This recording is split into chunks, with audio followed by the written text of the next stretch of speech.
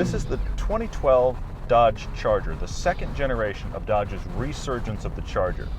It's the XST Plus, which means it's got a few special goodies. The reason we had to drive this is because this is one of the first post-bailout cars from Chrysler. But the other reason we're driving it is because this car is now a party of one. Chevy no longer makes the Caprice. Ford no longer makes the Crown Victoria. Except for the Chrysler 300, which is pretty much the sister car to this one, we're done. That's it.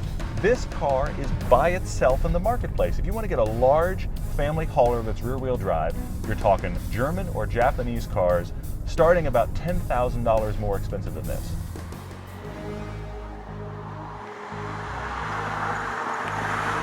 It has 8 forward gears. Now, as soon as I heard that, I thought, you know, I don't need a 17-bladed razor that connects to the internet and makes my morning espresso. But I get it. That's why Chrysler can claim 19 city, 31 highway. So that's connected to sport mode in the transmission. You get these garden tool-like little spades behind the steering wheel. And in a car where everything is enormous, why is this minuscule? Now, the other part of that equation is the engine. This is a 3.6 liter V6, and it's surprisingly powerful.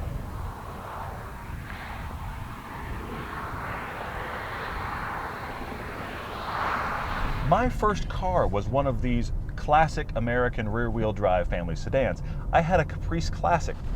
This car has almost half as much engine and makes almost twice as much power.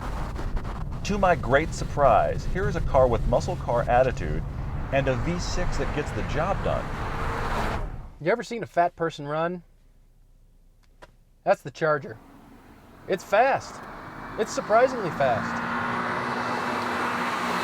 Now, it's not an amazing engine. I mean, you've got to kind of know how to work it. Below about 3,000 RPMs, it's not really paying much attention to you. And above about 5,000 RPMs, it really just wants you to change gear.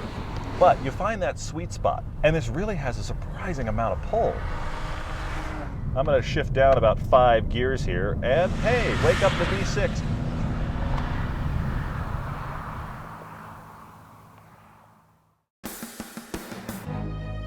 You're not exactly going to lose this car in a parking lot. It's really distinctive.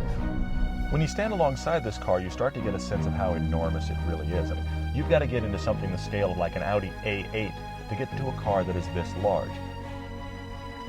The styling of this 4-door Charger is actually what the first generation should have been. This huge stamped scoop in the side doors is a direct reference back to that old '69 Charger. Chrysler originated that look, but it's become a styling cliche. The thing is, though, Chrysler went big with it, and I think it's successful. And because this car is so big, look at the wheels. These are 20s on this car. They're swallowed by the wheel wells. I love this full rear tail light on the Charger. I mean, that is a distinctive feature that references back to the original version and is iconic. It doesn't look like any other car on the road. This blacktop edition has a few extra little things to make your V6 version that much angrier. You get the blacked out wheels, you get the blacked out grille. Guess what? It's just like the name suggests. It also gets a little bit more performance suspension and these performance seats. I am actually surprised at how good these seats are. However, they're made for somebody that's way fatter than I am. How enormous is the enthusiast that is supposed to drive this car? This is like a performance car built for Santa. But as far as comfort, these are the best seats of the 3 American car manufacturers. And frankly, as astonished as I am to say it, I think Chrysler and Dodge are now offering some of the best interiors of any US automaker. There's a strange piece of plastic over the gauges that has a tendency to refract light in a kind of an odd, bulbous way, but that's pretty much the only major critique I've got of the entire instrument panel. All the surfaces are very clean, they're very pleasing shapes to the eye. It's not edgy or trendy.